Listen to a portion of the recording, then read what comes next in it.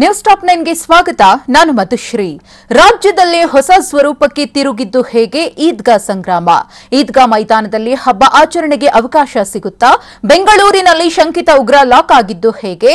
ಹಿಜಾಬ್ಗೆ ಪಟ್ಟು ಹಿಡಿದಿದ್ದ ವಿದ್ಯಾರ್ಥಿನಿಯರಿಗೆ ಆದ ಶಾಕ್ ಏನು? ನಗರಸಭೆ ಸದಸ್ಯನ ಭೀಕರ ಕಗ್ಗೊಲೆ ಆಗಿದ್ದು ಎಲ್ಲಿ? ಇದೆಲ್ಲವನ್ನ ನೋಡೋಣ ಈ ಹೊತ್ತಿನ ನ್ಯೂಸ್ ಟಾಪ್ 9 ನಲ್ಲಿ. ಬೆಂಗಳೂರಿನಲ್ಲಿ ಭುಗಿಲೇಳುತ್ತಾ ಈದ್ಗಾ ಮೈದಾನದ ಮಹಾಯುದ್ಧ. ಹಿಂದೂ ಸಂಘಟನೆಯ ವಾದ ಏನು? ಮುಸ್ಲಿಮರು ಮಾಡ್ತಾ ಇರುವ ಪ್ರತಿವಾದ ಏನು? ಈದ್ಗಾ ಮೈದಾನ ನೀಡಲು ಪೊಲೀಸರು ಅಡ್ಡಗಾಲು ಹಾಕಿದ್ರಾ? ಇದೆಲ್ಲವನ್ನ ನೋಡೋಣ ಈದ್ಗಾ ದಂಗಲ್ ನ್ಯೂಸ್ ಟಾಪ್ 9 ನಲ್ಲಿ. ರಾಜ್ಯದಲ್ಲಿ ಹಿಜಾಬ್ ಆಯಿತು, ಹಲಾಲ್ ಕಟ್ ಆಯಿತು, ಮ್ಯಾಂಗೋ ವಾರ್ ಆಯಿತು. ಇದೀಗ ಹೊಸ ಧರ್ಮ ದಂಗಲ್ ಶುರುವಾಗಿದೆ. ರಾಜ್ಯ ರಾಜಧಾನಿ ಬೆಂಗಳೂರಿನಲ್ಲೂ ಈದ್ಗಾ ಸಮರ ಜೋರಾಗಿದೆ. ಈದ್ಗಾ ಮೈದಾನದಲ್ಲಿ ಗಣೇಶೋತ್ಸವ, ನವರಾತ್ರಿ ಉತ್ಸವ ಆಚರಣೆಗೆ ಅವಕಾಶ ನೀಡುವಂತೆ ಹಿಂದೂಪರ ಸಂಘಟನೆಗಳು ಪಟ್ಟು ಹಿಡಿದಿವೆ. ಮುಸ್ಲಿಮರ ವಿರುದ್ಧ ಹಿಂದೂಪರ ಸಂಘಟನೆಗಳು ಹೊಸ ಸಂಗ್ರಾಮ ಸಾರಿದ್ದು ಯಾವ ಹಂತಕ್ಕೆ ತಲುಪುತ್ತೆ ಅನ್ನೋದು ಕುತೂಹಲ ಮೂಡಿಸಿದೆ. ಈದ್ಗಾ ಮೈದಾನದಲ್ಲಿ ಗಣೇಶೋತ್ಸವ, ನವರಾತ್ರಿ ಉತ್ಸವ ನಡೆಸಲು ಅವಕಾಶ ನೀಡ್ತಾರಾ ಅನ್ನೋದು ಎಲ್ಲರಿಗೂ ಕಾಡ್ತಾ ಇರುವ ಪ್ರಶ್ನೆ. ಈದ್ಗಾ ಮೈದಾನದಲ್ಲಿ ಹಬ್ಬ ಆಚರಣೆ ಮಾಡಲೇಬೇಕು, ಹಬ್ಬ ಆಚರಣೆಗೆ ಅವಕಾಶ ಕೊಡಿ ಅಂತ ಹಿಂದೂ ಸಂಘಟನೆಗಳು ವಾದ ಮಾಡ್ತಿವೆ. ಈ ತಿಂಗಳೊಳಗೆ ನಮ್ಮ ಮನವಿಗೆ ಸ್ಪಂದಿಸಬೇಕೆಂದು ರಾಜ್ಯ ಸರ್ಕಾರಕ್ಕೆ ಡೆಡ್ಲೈನ್ ಕೊಡಲಾಗಿದೆ. ಗುರುವಾರ ಸಿಎಂ ಬೊಮ್ಮಾಯಿ ಭೇಟಿಯಾಗಲಿರುವ ಹಿಂದೂಪರ ಸಂಘಟನೆಗಳು ಮನವಿ ಸಲ್ಲಿಸಲಿವೆ. ಇದು ಕೇವಲ ಬಿಬಿಎಂಪಿ ಆಟದ ಮೈದಾನ, ಒಂದು ಸಮುದಾಯಕ್ಕೆ ಮಾತ್ರ ಮೈದಾನವೇಕೆ ಎಂದು ಹಿಂದೂ ಸಂಘಟನೆಗಳು ಪಟ್ಟು ಹಿಡಿದು ಕೂತಿವೆ. ರಾಜಧಾನಿ ಬೆಂಗಳೂರಿನ ಚಾಮರಾಜಪೇಟೆಯ ಈದ್ಗಾ ಮೈದಾನ ವಿವಾದ ಮತ್ತಷ್ಟು ತಾರಕಕ್ಕೇರಿದೆ. ಆಗಸ್ಟ್ 15ರಂದು ಮೈದಾನದಲ್ಲಿ ರಾಷ್ಟ್ರಧ್ವಜ ಹಾರಿಸಲು ನಿರ್ಧಾರ ಮಾಡಲಾಗಿದೆ.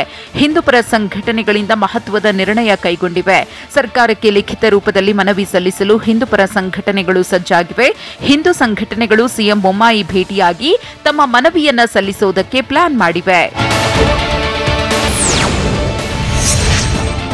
ಚಾಮರಾಜಪೇಟೆಯ ಈದ್ಗಾ ಮೈದಾನ ವಿವಾದ ಭುಗಿಲೇಳ್ತಾ ಇದ್ದಂತೆ ಬಿಬಿಎಂಪಿ ದಾಖಲೆಗಳ ಹುಡುಕಾಟ ನಡೆಸಿದೆ. ಈದ್ಗಾ ಮೈದಾನದ ಮೂಲ ದಾಖಲೆಗಳನ್ನು ಬಿಬಿಎಂಪಿ ಅಧಿಕಾರಿಗಳು ಕೆದಕಿದ್ದಾರೆ.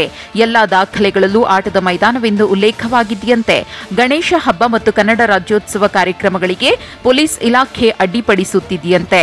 ಆಟದ ಮೈದಾನವನ್ನ ಶಿವರಾತ್ರಿ ಹಬ್ಬಕ್ಕೆ ನೀಡಬಾರದೆಂದು ಪೊಲೀಸ್ ಇಲಾಖೆ ಬಿಬಿಎಂಪಿಗೆ ಪತ್ರವನ್ನ ಬರೆದಿದ್ದಾರಂತೆ. ಪೊಲೀಸ್ ಇಲಾಖೆಯ ನಿರ್ಧಾರದ ವಿರುದ್ಧ ಹಿಂದೂ ಸಂಘಟನೆ ಆಕ್ರೋಶ ವ್ಯಕ್ತಪಡಿಸಿವೆ.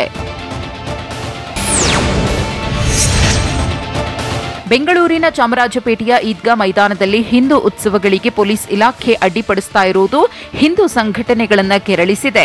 ಗಣೇಶ ಉತ್ಸವ, ಕನ್ನಡ ರಾಜ್ಯೋತ್ಸವಕ್ಕೂ ಖಾಕಿ ತಡೆ ಒಡ್ಡಿದೆಯಂತೆ. ಖಾಕಿ ವಿರುದ್ಧವೇ ಸಂಘಟನೆಗಳು ಆಕ್ರೋಶ ಹೊರಹಾಕಿವೆ. ಬಿಬಿಎಂಪಿಯಿಂದ ಅನುಮತಿ ಇದ್ರೂ ಪೊಲೀಸರು ತಡೆ ನೀಡುತ್ತಿದ್ದಾರೆ. ಆಟದ ಮೈದಾನವನ್ನು ಶಿವರಾತ್ರಿ ಹಬ್ಬಕ್ಕೆ ನೀಡಬಾರದೆಂದು ಪತ್ರ ಬರೆದಿದ್ದಾರೆ. ಇದ್ಯಾವ ನ್ಯಾಯ ಅಂತ ಹಿಂದೂ ಸಂಘಟನೆಗಳು ರೋಷಾವೇಶ ಹೊರಹಾಕಿವೆ. ಚಾಮರಾಜಪೇಟೆಯ ಈದ್ಗಾ ಮೈದಾನ ವಿವಾದಕ್ಕೆ ಟ್ವಿಸ್ಟ್ ಸಿಕ್ಕಿದೆ. ಸಾರ್ವಜನಿಕ ಬಳಕೆಗೆ ಬಿಬಿಎಂಪಿ ಗ್ರೀನ್ ಸಿಗ್ನಲ್ ಕೊಡುತ್ತಾ ಅನ್ನೋ ಪ್ರಶ್ನೆ ಉದ್ಭವಿಸಿದೆ. ಚಾಮರಾಜಪೇಟೆಯ ಮೈದಾನ ಬಿಬಿಎಂಪಿಯ ಆಸ್ತಿ. ಚಾಮರಾಜಪೇಟೆಯಲ್ಲಿ ಇರುವುದು ಆಟದ ಮೈದಾನ ಅಂತ ಟಿವಿ9ಗೆ ಬಿಬಿಎಂಪಿ ವಲಯ ಜಂಟಿ ಆಯುಕ್ತ ಶ್ರೀನಿವಾಸ್ ತಿಳಿಸಿದ್ರು. ಈದ್ಗಾ ಮೈದಾನದಲ್ಲಿ ಈವರೆಗೆ 2 ಪ್ರಾರ್ಥನೆ ನಡೀತಾ ಇದ್ವು. ಬೇರೆಯವರು ಕಾರ್ಯಕ್ರಮಗಳಿಗೆ ಯಾರೂ ಅವಕಾಶ ಕೇಳಿಲ್ಲ. ಅವಕಾಶ ಕೇಳಿದ್ರೆ ಜಂಟಿ ಆಯುಕ್ತರ ವಿವೇಚನೆಗೆ ಬಿಟ್ಟಿದ್ದು ಅಂತ ಬಿಬಿಎಂಪಿ ವಲಯ ಜಂಟಿ ಆಯುಕ್ತ ಶ್ರೀನಿವಾಸ್ ತಿಳಿಸಿದ್ರು. ಈದ್ಗಾ ಮೈದಾನದಲ್ಲಿ ಗಣೇಶ ಹಬ್ಬಕ್ಕೆ ಸಿಗುತ್ತಾ ಅನುಮತಿ ಅನ್ನೋ ಪ್ರಶ್ನೆ ಮೂಡಿದೆ. ಯೋಗ ದಿನದಂದು ಯೋಗ ಮಾಡೋಕೆ ಅನುಮತಿ ಕೂಡ ನೀಡ್ತಾರಾ? ಹಿಂದೂಗಳ ಸಭೆ ಸಮಾರಂಭಕ್ಕೆ ಪರ್ಮಿಷನ್ ಸಿಗುತ್ತಾ ಅನ್ನೋ ಪ್ರಶ್ನೆ ಮೂಡಿದೆ. ಬೇರೆಯವರು ಕಾರ್ಯಕ್ರಮ ಆಯೋಜಿಸಿದ್ರೆ ಬಿಬಿಎಂಪಿ ಜಂಟಿ ಆಯುಕ್ತರಿಂದ ಅನುಮತಿ ಪಡೆಯಬೇಕು ಅಂತ ಟಿವಿ9ಗೆ ಬಿಬಿಎಂಪಿ ವಲಯ ಜಂಟಿ ಆಯುಕ್ತ ಶ್ರೀನಿವಾಸ್ ತಿಳಿಸಿದ್ದಾರೆ. ಅನುಮತಿಯನ್ನ ಕೇಳಿದ್ರೆ ಈ ಬಗ್ಗೆ ಪರಿಶೀಲನೆ ಮಾಡುತ್ತೇವೆ ಅಂತ ಬಿಬಿಎಂಪಿ ವಲಯ ಜಂಟಿ ಆಯುಕ್ತ ಶ್ರೀನಿವಾಸ್ ಮಾಹಿತಿ ನೀಡಿದ್ರು.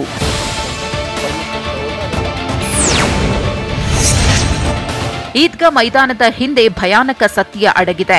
ಮೈದಾನ ಯಾರಿಗೆ ಸೇರಿದ್ದು, ಕೋರ್ಟ್ ಹೇಳಿದ್ದೇನು ಅನ್ನೋದು ಎಲ್ಲರಿಗೂ ಕಾಡ್ತಿರುವ ಪ್ರಶ್ನೆ. ಈದ್ಗಾ ಮೈದಾನದ ಹಿಂದೆ ರೋಚಕವಾದ ಇತಿಹಾಸ ಇದೆ. ಇತಿಹಾಸದ ಪುಟಗಳಲ್ಲಿ ಮೈದಾನ ವಿವಾದ ದಾಖಲಾಗಿದೆ. ಈ ಹಿಂದೆ ಮೈದಾನ ವಿವಾದಕ್ಕೆ ಕಾರಣವಾಗಿತ್ತು. ಸುಪ್ರೀಂ ಕೋರ್ಟ್ ಮೆಟ್ಟಿಲು ಕೂಡ ಏರಿತ್ತು. ಬಿಬಿಎಂಪಿ ಅಧಿಕಾರಿಗಳು ಈದ್ಗಾ ಮೈದಾನ ಪಾಲಿಕೆ ಆಸ್ತಿ ಎಂದು ಹೇಳುತ್ತಿದ್ದಾರೆ. ಇದೀಗ ಈದ್ಗಾ ಮೈದಾನ ವಿವಾದ ಮತ್ತೆ ಕೋರ್ಟ್ ಕಟಕಟೆ ಏರುತ್ತಾ ಅನ್ನೋ ಪ್ರಶ್ನೆ ಮೂಡಿದೆ. ಈದ್ಗಾ ಮೈದಾನದ ಭವಿಷ್ಯ ಗುರುವಾರ ನಿರ್ಧಾರವಾಗುವ ಸಾಧ್ಯತೆ ಇದೆ. ಹಿಂದೂಪರ ಸಂಘಟನೆಗಳು ಗುರುವಾರ ಸಿಎಂ ಬಸವರಾಜ ಬೊಮ್ಮಾಯಿಯವರನ್ನ ಭೇಟಿಯಾಗಲಿದ್ದಾರೆ. ಹಿಂದೂಪರ ಸಂಘಟನೆಗಳ ಸಮರಕ್ಕೆ ಮುಸ್ಲಿಮರು ಆಕ್ರೋಶವನ್ನು ವ್ಯಕ್ತಪಡಿಸಿದ್ದಾರೆ. ಒಡೆಯೋಕೆ ಹೋದ್ರೆ ಜೀವಂತವಾಗಿ ಬಿಟ್ಟು ಬಿಡ್ತಾರಾ ಅಂತ ಮುಸ್ಲಿಂ ಮುಖಂಡ ಮೊಹಮ್ಮದ್ ಖಾಲಿಫ್ ವಿವಾದಾತ್ಮಕ ಹೇಳಿಕೆ ನೀಡಿದ್ದಾರೆ. ಕ್ರೌರ್ಯ ಅಂತ ಹೋದ್ರೆ ಅಲ್ಲಿದ್ದವರು ಅದೇ ಮಾಡುತ್ತಾರೆ. ಧರ್ಮಗಳ ನಡುವೆ ಕಿಚ್ಚು ಹಚ್ಚುವ ಕೆಲಸ ಮಾಡಬೇಡಿ, ನೈತಿಕ ಪೊಲೀಸ್ಗಿರಿ ಮಾಡಬೇಡಿ ಅಂತ ಈದ್ಗಾ ಮೈದಾನ ವಿವಾದದ ಬಗ್ಗೆ ಖಾಲಿಫ್ ಆಕ್ರೋಶ ಹೊರಹಾಕಿದ್ರು. ರಾಜ್ಯದಲ್ಲಿ ಮಂಕಿ ಪಾಕ್ಸ್ ದಿಗಿಲು ಹುಟ್ಟಿಸಿರೋದು ಹೇಗೆ? ಪ್ರಿಯತಮೆ ಒಲ್ಲೆ ಎಂದಿದ್ದಕ್ಕೆ ನೇಣಿಗೆ ಕೊರಳೊಡ್ಡಿದ್ನ ಯುವಕ ಸಿದ್ದರಾಮಯ್ಯನವರ ವಿರುದ್ಧ ಸಚಿವ ನಾಗೇಶ್ ಕೆಂಡಕಾರಿದ್ದು ಹೇಗೆ? ಇದೆಲ್ಲವನ್ನ ನೋಡೋಣ ಬೆಂಗಳೂರು ನ್ಯೂಸ್ ಟಾಪ್ 9ನಲ್ಲಿ. ವಾರ್ಡ್ ಮರು ವಿಂಗಡಣೆ ವರದಿಯನ್ನು ಬಿಬಿಎಂಪಿ ಸರ್ಕಾರಕ್ಕೆ ಸಲ್ಲಿಸಿದೆ. 198 ವಾರ್ಡ್ಗಳನ್ನು 243 ವಾರ್ಡ್ಗಳಾಗಿ ವಿಂಗಡಣೆ ಮಾಡಲಾಗಿದೆ. ಹೀಗಾಗಿ ವಾರ್ಡ್ ಮರು ವಿಂಗಡಣಾ ಸಮಿತಿ ನಿನ್ನೆ ಸರ್ಕಾರಕ್ಕೆ ತನ್ನ ರಿಪೋರ್ಟ್ ಅನ್ನು ಸಲ್ಲಿಸಿದೆ. ಸುಪ್ರೀಂ ಕೋರ್ಟ್ ಆದೇಶದ ಅನ್ವಯದಂತೆ ವಾರ್ಡ್ ವಿಂಗಡಣಾ ವರದಿಯನ್ನು ಸರ್ಕಾರಕ್ಕೆ ಸಲ್ಲಿಸಿದೆ. ಸಮಿತಿ ಪ್ರತಿ ವಾರ್ಡ್ಗೆ 30 ರಿಂದ 35 ಸಾವಿರ ಮತದಾರರನ್ನ ಒಳಗೊಂಡಂತೆ ಡಿವೈಡ್ ಮಾಡಿದೆ.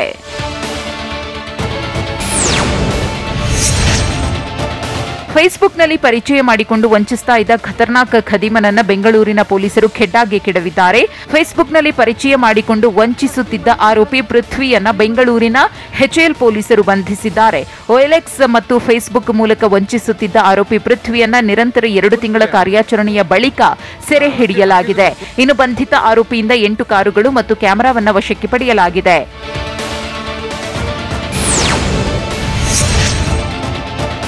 ಬೆಂಗಳೂರಿನಲ್ಲಿ ನೇಣು ಬಿಗಿದುಕೊಂಡು ಯುವಕ ಆತ್ಮಹತ್ಯೆ ಮಾಡಿಕೊಂಡಿದ್ದಾನೆ. ಪ್ರೇಯಸಿ ಮದುವೆಗೆ ನಿರಾಕರಿಸಿದ್ದಕ್ಕೆ ಆತ್ಮಹತ್ಯೆ ಮಾಡಿಕೊಂಡಿರುವ ಶಂಕೆ ವ್ಯಕ್ತವಾಗಿದೆ. ಚಾಮುಂಡೇಶ್ವರಿ ಲೇಔಟ್ನಲ್ಲಿ 25 ವರ್ಷದ ಚರಣ್ ಆತ್ಮಹತ್ಯೆಗೆ ಶರಣಾದ ಯುವಕ.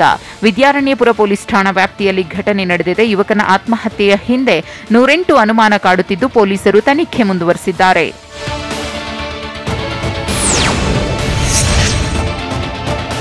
ಸಿಎಂ ಬಸವರಾಜ ಬೊಮ್ಮಾಯಿ ನಾಳೆ ಮೈಸೂರು ಪ್ರವಾಸ ಕೈಗೊಳ್ಳಲಿದ್ದಾರೆ. ಬೆಳಗಾವಿ ಪ್ರವಾಸ ರದ್ದುಗೊಳಿಸಿ ಮೈಸೂರಿಗೆ ಸಿಎಂ ಬೊಮ್ಮಾಯಿ ಪ್ರಯಾಣಿಸಲಿದ್ದಾರೆ. ನಾಳೆ ಬೆಳಗ್ಗೆ 9:30ಕ್ಕೆ ಎಚ್ಎಎಲ್ನಿಂದ ಹೆಲಿಕಾಪ್ಟರ್ನಲ್ಲಿ ಪ್ರಯಾಣಿಸಲಿದ್ದಾರೆ. ಜೂನ್ 21ರಂದು ಮೈಸೂರಿಗೆ ಪ್ರಧಾನಿ ನರೇಂದ್ರ ಮೋದಿ ಆಗಮಿಸುತ್ತಿದ್ದಾರೆ. ಯೋಗ ದಿನಾಚರಣೆಗೆ ನಡೆದಿರುವ ಸಿದ್ಧತೆಯ ಬಗ್ಗೆ ಸಿಎಂ ಪರಿಶೀಲನೆ ಮಾಡಲಿದ್ದಾರೆ. ಇನ್ನು ಪರಿಶೀಲನೆಯ ಬಳಿಕ ಬಿಜೆಪಿಯಿಂದ ಏರ್ಪಡಿಸಿರುವ ಸಭೆಯಲ್ಲಿ ಭಾಗಿಯಾಗ್ತಾರೆ.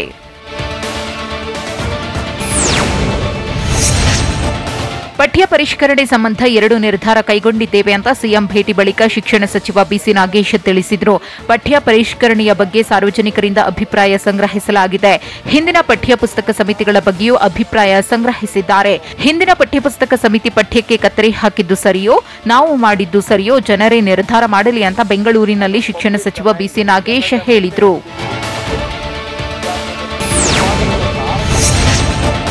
ಸಾಹಿತಿ ಬರಗೂರು ರಾಮಚಂದ್ರಪ್ಪ ಹಲವು ಪಠ್ಯವನ್ನ ತೆಗೆದಿದ್ದಾರೆ ಅಂತ ಬೆಂಗಳೂರಿನಲ್ಲಿ ಸಿಎಂ ಭೇಟಿ ಬಳಿಕ ಸಚಿವ ಬಿಸಿ ನಾಗೇಶ್ ಹೇಳಿದ್ರು.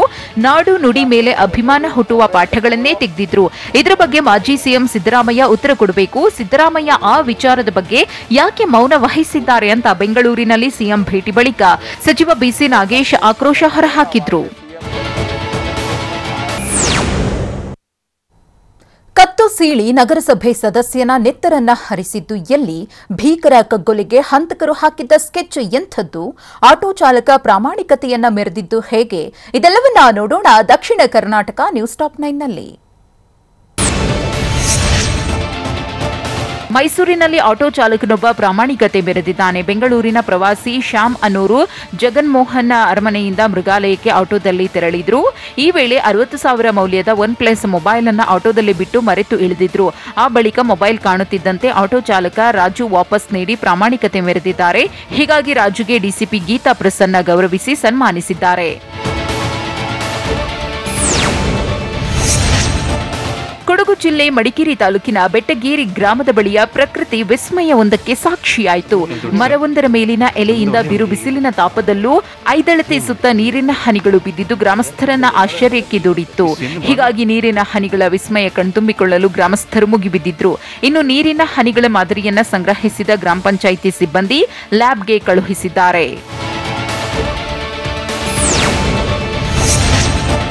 ರಾಜ್ಯದಲ್ಲಿ ಪಠ್ಯಪುಸ್ತಕ ಪರಿಷ್ಕರಣೆಯ ಬಗ್ಗೆ ಗೊಂದಲ ಸ್ಫೋಟಗೊಳ್ಳುತ್ತಿದೆ. ಶಿಕ್ಷಣ ಸಚಿವ ಬಿಸಿ ನಾಗೇಶ್ ಸಿಎಂ ಬೊಮ್ಮಾಯಿಯವರನ್ನ ಭೇಟಿಯಾಗಿದ್ದಾರೆ. ಆರ್ಟಿ ನಗರದ ನಿವಾಸದಲ್ಲಿ ಸಿಎಂ ಬೊಮ್ಮಾಯಿ ಭೇಟಿಯಾದ ಸಚಿವ ನಾಗೇಶ್ ಕೆಲ ಹೊತ್ತು ಚರ್ಚೆ ನಡೆಸಿದ್ರು. ನಿನ್ನೆ ಆರ್ಎಸ್ಎಸ್ ಮುಖಂಡರೊಂದಿಗೆ ಶಿಕ್ಷಣ ಸಚಿವರು ಚರ್ಚೆ ನಡೆಸಿದ್ರು. ಇಂದು ಸಿಎಂ ಬೊಮ್ಮಾಯಿ ಭೇಟಿಯಾಗಿ ಮಾತುಕತೆ ನಡೆಸಿದ್ದು ಕುತೂಹಲ ಮೂಡಿಸಿದೆ. ಪಠ್ಯ ಪರಿಷ್ಕರಣೆಗೆ ವಿಪಕ್ಷಗಳು ಮಠಾಧೀಶರಿಂದ ವಿರೋಧ ಹೆಚ್ಚಾಗುತ್ತಿದ್ದಂತೆ ಸಚಿವ ನಾಗೇಶ್ ಅಲರ್ಟ್ ಆದಂತೆ ಕಾಣುತ್ತಿದೆ. ಹಿಜಾಬ್ಗೋಸ್ಕರ ಪಟ್ಟು ಹಿಡಿದಿದ್ದ ವಿದ್ಯಾರ್ಥಿನಿಯರಿಗೆ ಎದುರಾಗಿರುವ ಸಂಕಷ್ಟ ಏನು? ರಾಯಚೂರಿನಲ್ಲಿ ಕಲುಷಿತ ನೀರು ಸೇವನೆ ಮಾಡಿ 3 ಸಾವನ್ನಪ್ಪಿದ್ದ ಪ್ರಕರಣಕ್ಕೆ ಸಿಕ್ಕ ಸ್ಫೋಟಕ ತಿರುವೇನು? ಬೆಂಗಳೂರಿನಲ್ಲಿ ಶಂಕಿತ ಉಗ್ರ ಅವಿತಿದ್ದು ಎಲ್ಲಿ? ಇದೆಲ್ಲವನ್ನ ನೋಡೋಣ ಸಮಗ್ರ ನ್ಯೂಸ್ ಟಾಪ್ 9ನಲ್ಲಿ. ಮಂಗಳೂರಿನಲ್ಲಿ ಹಿಜಾಬ್ ಧರಿಸಿ ಕಾಲೇಜಿಗೆ ಎಂಟ್ರಿ ಕೊಟ್ಟಿದ್ದ ವಿದ್ಯಾರ್ಥಿನಿಯರಿಗೆ ದೊಡ್ಡ ಸಂಕಷ್ಟ ಎದುರಾಗಿದೆ. ದಕ್ಷಿಣ ಕನ್ನಡ ಜಿಲ್ಲೆ ಪುತ್ತೂರು ತಾಲೂಕಿನ ಸರ್ಕಾರಿ ಪ್ರಥಮ ದರ್ಜೆ ಕಾಲೇಜಿನ 24 ವಿದ್ಯಾರ್ಥಿನಿಯರಿಗೆ 1 ವಾರಗಳ ಕಾಲ ತರಗತಿಗೆ ನಿರ್ಬಂಧವನ್ನು ವಿಧಿಸಲಾಗಿದೆ. ಕಾಲೇಜಿನಲ್ಲಿ ಹಿಜಾಬ್ಗೆ ಅವಕಾಶ ನೀಡುವಂತೆ ಪಟ್ಟು ಹಿಡಿದಿದ್ರು. ಕೆಲ ದಿನಗಳ ಹಿಂದೆ 7 ಹಿಜಾಬ್ ವಿದ್ಯಾರ್ಥಿನಿಯರ ಅಮಾನತು ಮಾಡಲಾಗಿತ್ತು. ಹೀಗಾಗಿ ಕಾಲೇಜು ಆಡಳಿತ ಮಂಡಳಿ ವಿದ್ಯಾರ್ಥಿನಿಯರಿಗೆ 1 ವಾರ ತಾತ್ಕಾಲಿಕ ನಿರ್ಬಂಧವನ್ನು ವಿಧಿಸಿ ಆದೇಶ ಹೊರಡಿಸಿದೆ. ಬೆಂಗಳೂರು ಸೇರಿದಂತೆ ರಾಜ್ಯಾದ್ಯಂತ ಕೊರೋನಾ ಆತಂಕ ಮತ್ತೆ ಹೆಚ್ಚಾಗುತ್ತಿದೆ. ರಾಜ್ಯದಲ್ಲಿ ಕೊರೋನಾ ಏರಿಕೆ ಬೆನ್ನಲ್ಲೇ ಜನರಿಗೆ ನಡುಕ ಶುರುವಾಗಿದೆ. ಕೊರೋನಾ 4ನೇ ಅಲೆ ಆತಂಕದಿಂದಾಗಿ ತಜ್ಞರ ಜೊತೆ ಆರೋಗ್ಯ ಇಲಾಖೆ ಸಭೆ ನಡೆಸುತ್ತಿದೆ. ತಾಂತ್ರಿಕ ಸಲಹಾ ಸಮಿತಿ ಸಭೆಯಲ್ಲಿ ಆರೋಗ್ಯ ಇಲಾಖೆಯ ಅಧಿಕಾರಿಗಳಿಗೆ ಸಲಹೆ ನೀಡಲಾಗಿದೆ. ಕೊರೋನಾ ಸೋಂಕು ಏರಿಕೆ ಆಗ್ತಿರುವುದರಿಂದ ತಜ್ಞರು ಕೆಲ ಸಲಹೆ ನೀಡಿದ್ದಾರೆ. ಸಾರ್ವಜನಿಕರಿಗೆ ಮಾಸ್ಕ್ ಕಡ್ಡಾಯಗೊಳಿಸಲು ಸಲಹೆ ನೀಡಿದ್ದು, ಕೊರೋನಾ ಮಾರ್ಗಸೂಚಿ ಮತ್ತೆ ಜಾರಿಗೊಳಿಸುವ ಬಗ್ಗೆ ಸೂಚನೆ ನೀಡಿದ್ದಾರೆ. ಅಂತಾರಾಷ್ಟ್ರೀಯ ಪ್ರಯಾಣಿಕರ ಮೇಲೆ ಹದ್ದಿನ ಕಣ್ಣಿಡಲು ಸಲಹೆ ನೀಡಲಾಗಿದೆ. ರಾಯಚೂರಿನಲ್ಲಿ ಕಲುಷಿತ ನೀರು ಕುಡಿದು 3 ಸಾವು ಕೇಸ್ ರಾಜ್ಯಾದ್ಯಂತ ಸಾಕಷ್ಟು ಸದ್ದು ಮಾಡುತ್ತಿದೆ. ವಾಟರ್ ಟೆಸ್ಟಿಂಗ್ ರಿಪೋರ್ಟ್ನಲ್ಲಿ ಸ್ಫೋಟಕ ಸತ್ಯ ಬಯಲಾಗಿದೆ. ಶುದ್ಧೀಕರಣ ಘಟಕದಿಂದ ಪೂರೈಕೆಯಾಗುವ ನೀರಿನ ಪರೀಕ್ಷೆ ಮಾಡಿದ್ದು ವರದಿಯಲ್ಲಿ ಕುಡಿಯಲು ಯೋಗ್ಯವಲ್ಲದ ನೀರು ಅನ್ನೋದು ದೃಢಪಟ್ಟಿದೆ. ವಿವಿಧೆಡೆ 110 ಸ್ಯಾಂಪಲ್ಸ್ ಕಲೆ ಹಾಕಿದ್ದ ತಜ್ಞರು ಪರಿಶೀಲನೆ ನಡೆಸಿದ್ರು. ಪರೀಕ್ಷೆಯ ವೇಳೆ ಒಟ್ಟು 24 ಸ್ಯಾಂಪಲ್ಸ್ನ ಅನ್ಫಿಟ್ ರಿಪೋರ್ಟ್ ಬಂದಿದೆ. ಕಲುಷಿತ ನೀರು ಕುಡಿದು 3 ಮೃತಪಟ್ಟಿದ್ರು. ರಾಯಚೂರಿನಲ್ಲಿ ಕಲುಷಿತ ನೀರು ಕುಡಿದು 3 ಮೃತಪಟ್ಟಿದ್ರು. ಅಧಿಕಾರಿಗಳು ಮಾತ್ರ ಕಣ್ಮುಚ್ಚಿ ಕೂತಿದ್ದಾರೆ. ತಜ್ಞರು ನೀರನ್ನ ಪರೀಕ್ಷೆ ಮಾಡಿದ್ದು ವರದಿಯಲ್ಲಿ ಕುಡಿಯಲು ಯೋಗ್ಯವಲ್ಲದ ನೀರು ಅನ್ನೋದು ದೃಢವಾಗಿದೆ. ಪ್ರಾಥಮಿಕ ಹಂತದಲ್ಲೇ ಸಮಸ್ಯೆ ಬಗ್ಗೆ ರಿಪೋರ್ಟ್ನಲ್ಲಿ ಉಲ್ಲೇಖಿಸಲಾಗಿದೆ. ಬಲ್ಕ್ ವಾಟರ್ ಸಪ್ಲೈ ಹಂತದಲ್ಲೇ ನೀರಿನ ಸಮಸ್ಯೆಯ ಬಗ್ಗೆ ಮಾಹಿತಿ ನೀಡಲಾಗಿದೆ. ಕ್ಲೋರಿನೇಷನ್ ಆಲಂ ಸಮಸ್ಯೆ ಬಗ್ಗೆ ವರದಿಯಲ್ಲಿ ಉಲ್ಲೇಖವನ್ನು ಮಾಡಿದ್ದಾರೆ. ರಾಂಪುರ ಗ್ರಾಮದ ಬಳಿ ಶುದ್ಧ ಕುಡಿಯುವ ನೀರಿನ ಘಟಕ ಇದ್ದು ಅಧಿಕಾರಿಗಳು ಕ್ರಮ ಯಾವಾಗ ಕೈಗೊಳ್ಳುತ್ತಾರೆ ಅನ್ನೋದು ಯಕ್ಷ ಪ್ರಶ್ನೆಯಾಗಿಯೇ ಉಳಿದಿದೆ. ಬೆಂಗಳೂರಿನಲ್ಲಿ ಶಂಕಿತ ಉಗ್ರ ತಾಲಿಬ್ ಹುಸೇನ್ ಎಂಬಾತನನ್ನ ಪೊಲೀಸರು ಬಂಧಿಸಿದ್ದಾರೆ. ಜಮ್ಮು ಮತ್ತು ಕಾಶ್ಮೀರ ಪೊಲೀಸರು ಆರೋಪಿಯನ್ನ ಲಾಕ್ ಮಾಡಿದ್ದಾರೆ. ತಾಲಿಬ್ ಹುಸೇನ್ ವಶಕ್ಕೆ ಪಡೆದು ಜಮ್ಮು ಕಾಶ್ಮೀರ ಖಾಕಿ ಎಳೆದೊಯ್ದಿದೆ. ಬೆಂಗಳೂರಿನಲ್ಲಿ ತಾಲಿಕ್ ಎಂದು ಹೆಸರು ಬದಲಿಸಿ ಕಿರಾತಕ ಹುಸೇನ್ ಓಡಾಡುತ್ತಿದ್ದಂತೆ BSNL air service loading unloading ಕೆಲಸ ಮಾಡಿಕೊಂಡಿದ್ದ ಅನ್ನೋದು ಬಯಲಾಗಿದೆ. ಮಸೀದಿಯಲ್ಲಿ ಪಾಠ ಪ್ರವಚನ ಮಾಡುತ್ತಿದ್ದ ಅನ್ನೋ ಶಂಕೆ ವ್ಯಕ್ತವಾಗಿದ್ದು ಪೊಲೀಸರು ಹುಸೇನ್ ಜನ್ಮ ಜಾಲಾಡುತ್ತಿದ್ದಾರೆ. ಚಾಮರಾಜನಗರ ಜಿಲ್ಲೆಯ ಜನರ ಪಾಲಿಗೆ ಆಂಬ್ಯುಲೆನ್ಸ್ಗಳು ಇದ್ರೂ ಇಲ್ಲದಂತಾಗಿವೆ. ಲಕ್ಷಾಂತರ ರೂಪಾಯಿ ಖರ್ಚು ಮಾಡಿ ಖರೀದಿಸಿರುವ ಆಂಬ್ಯುಲೆನ್ಸ್ಗಳು ಧೂಳು ಹಿಡಿಯುತ್ತಿವೆ. ಜಿಲ್ಲಾ ಖನಿಜ ನಿಧಿ, ಸಂಸತ್ ಹಾಗೂ ಶಾಸಕರ ಅನುದಾನದಲ್ಲಿ 7 ಆಂಬ್ಯುಲೆನ್ಸ್ ಖರೀದಿ ಮಾಡಲಾಗಿತ್ತು. ಕಳೆದ ಫೆಬ್ರವರಿಯಲ್ಲಿ ಆಂಬ್ಯುಲೆನ್ಸ್ಗಳನ್ನು ಲೋಕಾರ್ಪಣೆ ಮಾಡಿದ್ರು. ಇದೀಗ 4 ತಿಂಗಳು ಕಳೆದರೂ ಚಾಲಕರ ನೇಮಕಾತಿಗೆ ಆರೋಗ್ಯ ಇಲಾಖೆ ಅಧಿಕಾರಿಗಳು ಟೆಂಡರ್ ಕರೆದಿಲ್ಲ. ಆಂಬ್ಯುಲೆನ್ಸ್ ಚಾಲಕರ ನೇಮಕಾತಿಗೆ ಅಧಿಕಾರಿಗಳು ಮೀನಾಮೇಷ ಎಣಿಸ್ತಾ ಇದ್ದು ಸಾರ್ವಜನಿಕರು ಆಕ್ರೋಶ ವ್ಯಕ್ತಪಡಿಸಿದ್ದಾರೆ. ಕಾಂಗ್ರೆಸ್ ಪಕ್ಷದಿಂದ ಚಡ್ಡಿ ಸುಡುವ ಅಭಿಯಾನಕ್ಕೆ ಸಂಬಂಧಪಟ್ಟಂತೆ ಬೆಳಗಾವಿಯಲ್ಲಿ ಸಚಿವ ಮುರುಗೇಶ್ ನಿರಾಣಿ ಪ್ರತಿಕ್ರಿಯೆ ನೀಡಿದ್ದಾರೆ. ಸಿದ್ದರಾಮಯ್ಯ, ಡಿಕೆ ಶಿವಕುಮಾರ್ ಅವರು ಹೀಗೆ ಮಾತನಾಡುವುದು ಸರಿಯಲ್ಲ. ರಾಜ್ಯದ ಅಭಿವೃದ್ಧಿ ವಿಚಾರದಲ್ಲಿ ಸಿದ್ದರಾಮಯ್ಯ ಸೇವೆ ಇದೆ. ಆರ್ಎಸ್ಎಸ್ ಬಗ್ಗೆ ಅಭ್ಯಾಸ ಮಾಡಿದ್ರೆ ಮನಸ್ಸು ಪರಿವರ್ತನೆಯಾಗುತ್ತೆ. ಕಾಂಗ್ರೆಸ್ನವರು ಹೆಡ್ಗೇವಾರ್ ಬಗ್ಗೆ ಮಾತನಾಡುತ್ತಿದ್ದಾರೆ.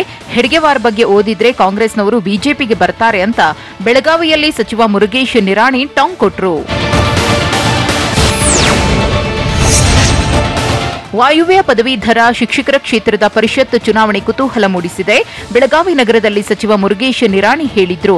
ಚುನಾವಣೆ ಪ್ರಚಾರಕ್ಕಾಗಿ ಮಾಜಿ ಸಿಎಂ ಬಿಎಸ್ವೈ, ಬಿಜೆಪಿ ರಾಜ್ಯಾಧ್ಯಕ್ಷ ನಳಿನ್ ಕುಮಾರ್ ಕಟೀಲು ಬಂದಿದ್ದಾರೆ. ಈಗಾಗಲೇ ನಾಯಕರು 2-3 ಬಾರಿ ಪ್ರಚಾರ ಮಾಡಿದ್ದಾರೆ. ಹನುಮಂತ ನಿರಾಣಿ 50,000 ಮತಗಳ ಅಂತರದಿಂದ ಗೆಲ್ತಾರೆ. ಶಿಕ್ಷಕರ ಮತಕ್ಷೇತ್ರದಿಂದ ಅರುಣ್ ಶಹಾಪುರ ಗೆಲುವು ನಿಶ್ಚಿತ. 2 ಕ್ಷೇತ್ರಗಳಲ್ಲಿ ಬಿಜೆಪಿ ಅಭ್ಯರ್ಥಿಗಳು ಗೆಲುವು ಸಾಧಿಸುತ್ತಾರೆ ಅಂತ ಸಚಿವ ನಿರಾಣಿ ವಿಶ್ವಾಸ ವ್ಯಕ್ತಪಡಿಸಿದ್ರು. ಹಾರ್ದಿಕ್ ಪಾಂಡ್ಯ ಬಗ್ಗೆ ಹೊಗಳಿಕೆಯ ಮಾತುಗಳನ್ನಾಡಿದ್ದು ಯಾರು? ಧೋನಿ ಶಾಂತತೆಯನ್ನ ಅಳವಡಿಸಿಕೊಳ್ಳಬೇಕು ಅಂತ ಹೇಳಿದ್ದು ಯಾರು? ಬೆಳ್ಳಿ ಪರದೆ ಮೇಲೆ ಭೈರಾಗಿಯ ಆರ್ಭಟ ಹೇಗಿರುತ್ತೆ ಗೊತ್ತಾ? ಇದೆಲ್ಲವನ್ನ ನೋಡೋಣ ಎಂಟರ್ಟೈನ್ಮೆಂಟ್ ನ್ಯೂಸ್ ಟಾಪ್ 9ನಲ್ಲಿ. ಜೂನ್ 9ರಿಂದ ಆರಂಭವಾಗಲಿರುವ ದಕ್ಷಿಣ ಆಫ್ರಿಕಾ ವಿರುದ್ಧದ ಟಿ20 ಸರಣಿಗಾಗಿ ಭಾರತೀಯ ತಂಡ ಸಜ್ಜಾಗಿದೆ. ಟೀಂ ಇಂಡಿಯಾದ ನೆಟ್ ಬೌಲರ್ಗಳಲ್ಲಿ ಯುವ ವೇಗಿ ಉಮ್ರಾನ್ ಮಲ್ಲಿಕ್ ಆಕರ್ಷಣೆಯ ಕೇಂದ್ರ ಬಿಂದು ಆಗಿದ್ದಾರೆ ಅಂತ ತಂಡದ ಕೋಚ್ ರಾಹುಲ್ ದ್ರಾವಿಡ್ ಹೇಳಿದ್ದಾರೆ. ಐಪಿಎಲ್ನಲ್ಲಿ ಹೈದರಾಬಾದ್ ಪರ ಆಡಿದ್ದ ಮಲ್ಲಿಕ್ ಗಂಟೆಗೆ 157 ಕಿಲೋಮೀಟರ್ ವೇಗದಲ್ಲಿ ಬೌಲಿಂಗ್ ಮಾಡಿ ಗಮನ ಸೆಳೆದಿದ್ರು.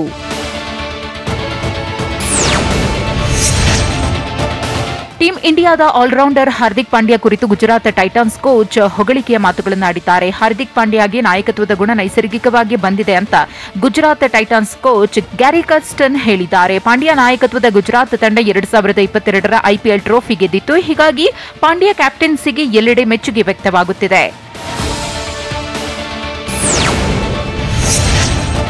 ಬಯೋಬಬಲ್ನಿಂದ ಹೊರಗಿರುವುದು ಖುಷಿ ನೀಡುತ್ತಿದೆ ಅಂತ ಡೆಲ್ಲಿ ಕ್ಯಾಪಿಟಲ್ಸ್ ತಂಡದ ನಾಯಕ ರಿಷಬ್ ಪಂತ್ ಹೇಳಿದ್ದಾರೆ. ಸುಮಾರು 2 ತಿಂಗಳ ಕಾಲ ನಡೆದ ಐಪಿಎಲ್ ವೇಳೆ ರಿಷಬ್ ಪಂತ್ ಬಯೋಬಬಲ್ ಒಳಗಿದ್ದು ತೀವ್ರ ಬೇಸರಗೊಂಡಿದ್ರು. ಐಪಿಎಲ್ ಮುಕ್ತಾಯವಾದ ಬಳಿಕ ಬಯೋಬಬಲ್ನಿಂದ ಹೊರಬಂದಿರುವ ಪಂತ್ ಈ ಅಭಿಪ್ರಾಯ ಹಂಚಿಕೊಂಡಿದ್ದಾರೆ.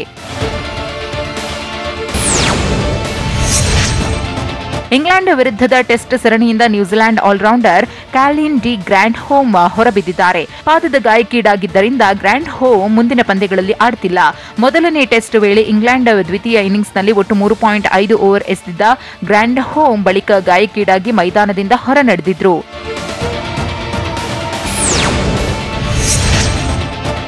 5 ಪಂದ್ಯಗಳ ಟಿ20 ಸರಣಿಗಾಗಿ ಭಾರತ ಮತ್ತು ದಕ್ಷಿಣ ಆಫ್ರಿಕಾ ತಂಡಗಳು ಸಜ್ಜಾಗಿವೆ. ಸರಣಿಗೂ ಮುನ್ನ ದಕ್ಷಿಣ ಆಫ್ರಿಕಾದ ಆಲ್ರೌಂಡರ್ ಡ್ವೇನ್ ಪ್ರಿಟೋರಿಯಸ್ ಮಾತನಾಡಿದ್ದು, ಮಹೇಂದ್ರ ಸಿಂಗ್ ಧೋನಿಯ ಶಾಂತತೆ ಗುಣವನ್ನು ಅಳವಡಿಸಿಕೊಳ್ಳಬೇಕು ಎಂದಿದ್ದಾರೆ. ಐಪಿಎಲ್ನಲ್ಲಿ ಚೆನ್ನೈ ಪರ ಆಡುವ ಪ್ರಿಟೋರಿಯಸ್ ತಾನು ಧೋನಿ ಗುಣಗಳಿಂದ ಪ್ರಭಾವಿತನಾಗಿದ್ದೇನೆ ಎಂದಿದ್ದಾರೆ.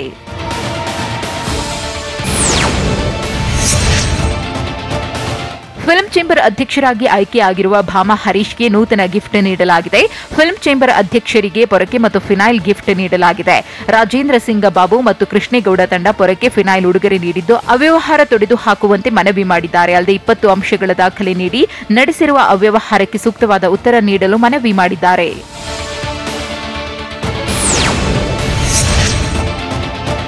ಯುವ ಸಾಮ್ರಾಟ ಚಿರಂಜೀವಿ ಸರ್ಜಾ ಅಗಲಿ ಇಂದಿಗೆ 2 ವರ್ಷ. ಇವತ್ತು ಚಿರಂಜೀವಿ ಸರ್ಜಾ ಅವರ 2ನೇ ವರ್ಷದ ಪುಣ್ಯತಿಥಿ ನಡೆಯಲಿದೆ. ನೆಲಗುಳಿಯಲ್ಲಿರುವ ಚಿರಂಜೀವಿ ಸರ್ಜಾರ ಸಮಾಧಿಗೆ ಕುಟುಂಬಸ್ಥರು ಪೂಜೆಯನ್ನ ಸಲ್ಲಿಸಲಿದ್ದಾರೆ. ಚಿರುಪತ್ನಿ ಮೇಘನಾ, ರಾಜ ಸಹೋದರ ಧ್ರುವ ಸೇರಿದಂತೆ ಕುಟುಂಬಸ್ಥರು ಚಿರು ಸಮಾಧಿಗೆ ಪೂಜೆ ಸಲ್ಲಿಸಲಿದ್ದಾರೆ. ಜೂನ್ 7, 2020ರಂದು ಚಿರು ಕೊನೆ ಉಸಿರೆಳೆದಿದ್ರು. ಸದ್ಯದಲ್ಲೇ ಚಿರಂಜೀವಿ ಸರ್ಜಾ ನಟಿಸಿರುವ ಕೊನೆಯ ಸಿನಿಮಾ ರಾಜಮಾರ್ತಾಂಡ ರಿಲೀಸ್ ಆಗಲಿದೆ. ಸೆಂಚುರಿ ಸ್ಟಾರ್ ಶಿವರಾಜ್ ಕುಮಾರ್ ಅಭಿನಯದ ಬಹುನಿರೀಕ್ಷಿತ ಭೈರಾಗಿ ಸಿನಿಮಾ ಬೆಳ್ಳಿ ಪರದೆ ಮೇಲೆ ಅಬ್ಬರ ಶುರು ಮಾಡಲಿದೆ. ಅಂದಹಾಗೆ ಶಿವಣ್ಣ ವಿಭಿನ್ನ ಅವತಾರದಲ್ಲಿ ಕಾಣಿಸಿಕೊಂಡಿರುವ ಪೋಸ್ಟರ್ ರಿಲೀಸ್ ಆಗಿದೆ.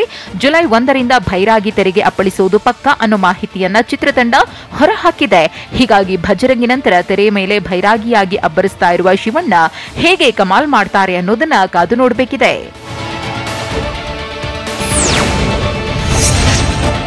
ಸಲ್ಮಾನ್ ಖಾನ್ಗೆ ಜೀವ ಬೆದರಿಕೆ ಪತ್ರ ಬರೆದಿರುವ ಸುದ್ದಿ ಸಾಕಷ್ಟು ಸಂಚಲನ ಮೂಡಿಸಿತ್ತು. ಸಲೀಂ ಖಾನ್ ಸಲ್ಮಾನ್ ಖಾನ್ಗೆ ಆದಷ್ಟು ಬೇಗ ಮೂಸೇವಾಲಾಗೆ ಆದ ಗತಿಯೇ ಆಗುತ್ತದೆ ಎಂದು ಬರೆಯಲಾಗಿತ್ತು. ಪತ್ರದಲ್ಲಿ ಎಲ್ಬಿ ಹಾಗೂ ಜಿಬಿ ಎಂಬ ಅಕ್ಷರಗಳನ್ನು ಸಹ ಬರೆಯಲಾಗಿತ್ತು. ಎಲ್ಬಿ ಅಂದ್ರೆ ಲಾರೆನ್ಸ್ ಬಿಷ್ಣೋಯಿ ಹಾಗೂ ಜಿಬಿ ಅಂದ್ರೆ ಗೋಲ್ಡಿ ಬ್ರಾರ್ ಎಂದು ಹೇಳಲಾಗುತ್ತಿದೆ. ಇಬ್ಬರು ಗ್ಯಾಂಗ್ಸ್ಟರ್ಗಳಾಗಿದ್ದಾರೆ. ಹೀಗಾಗಿ ಸದ್ಯ ಲಾರೆನ್ಸ್ ಬಿಷ್ಣೋಯಿ ಬಂಧಿಸಿ ಪೊಲೀಸರು ವಿಚಾರಣೆ ಮಾಡುತ್ತಿದ್ದಾರೆ.